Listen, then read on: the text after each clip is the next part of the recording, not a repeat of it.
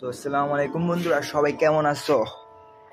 আজকের এই ব্লগে তোমাদেরকে স্বাগত। তো আজকে আমার কবুতরের বাচ্চাটা অনেক অসুস্থ, তো সবাই এটার জন্য দোয়া করা লাগবে না, কারণ এটাকে আমি আজকে টপকে দেবো, টপকা টপকা দুমকা টপকা। তো কি কেমন আছো? বাচ্চা দিবা কবে? ডিম দিবা কবে?